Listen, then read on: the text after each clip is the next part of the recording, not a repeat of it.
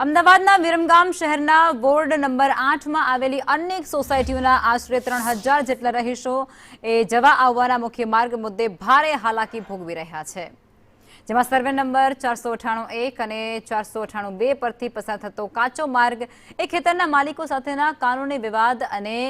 ગુજરાત હાઈકોર્ટના તાર ફેન્સિંગ યથાવત રાખવાના આદેશ બાદ સંપૂર્ણ બંધ થઈ જતા 1000 ઘરોના પરિજનો અટવાયા છે। આવે છે સંજીવની, મંગલમ,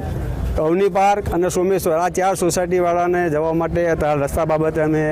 પ્રાંત સાહેબને અને નગરપાલિકામાં ચીફ ઓફિસર સાહેબને મળવા માટે આવ્યા હતા। એમાં પ્રશ્ન એવો છે કે જે રસ્તો જૂનો હતો અમારો ચાલુ છે રસ્તો, એ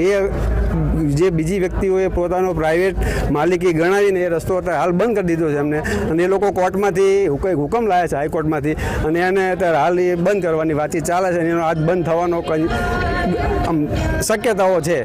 આટલા વર્ષથી જ્યારે બિલ્ડિંગો બની ત્યાં સુધી જે અત્યારે સ્ટે લાઈને રસ્તો બંધ કરવાની કોશિશ કરી રહ્યા છે, તો આટલા વર્ષ એમને શું કર્યું? જ્યાં સુધી માનવ વસવાટ શરૂ થયો, આટલી પબ્લિક રહેવાઈ ગઈ, ત્યાર પછી તમે માલિકી હક જતાવો છો, એ બધી વસ્તુ અમને ખોટી લાગે છે કે જ્યારે આ બધા આટલી વસ્તી રહે છે, આટલા ઘરોવાળા, હવે આ બધાને જવું ક્યાંથી? એમ લાગે કે જાણે બધાને એને જ સોસાયટીમાં પૂરાઈ રહેવાનું, પણ રોજ ઓફિસવાળા છે,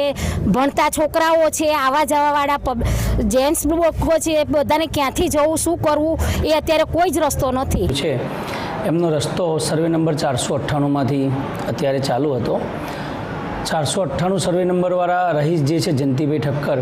તેઓ પોતાની માલિકીની જમીનમાંથી રસ્તો હોય એવા વિવાદ સાથે નામદાર હાઈકોર્ટમાં એમની અરજી કરેલી હતી। અગાઉ આ કેસ મામલતદાર સાહેબની કોર્ટમાં ચાલી ગયેલો હતો અને મામલતદાર સાહેબે રસ્તો ખોલવાનો હુકમ કરેલો હતો, એટલે આ હુકમને એમને હાઈકોર્ટમાં પડકારેલ હતો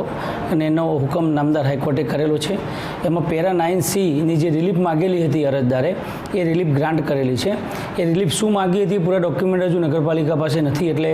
એમાં સ્ટે છે કે શું છે હું અત્યારે હાલના તબક્કે કહી શકું નહીં, પણ અત્યારે મારી પાસે સોસાયટીના રહીશો મોટી સંખ્યામાં રજૂઆત લઈને આવેલા હતા। તેનો જે વૈકલ્પિક રસ્તો છે એ નગરપાલિકા અમારા જે ટીપીના રસ્તા મંજૂર થયેલા છે એમાંથી ક્યાં થઈ અને વૈકલ્પિક માર્ગ થઈ શકે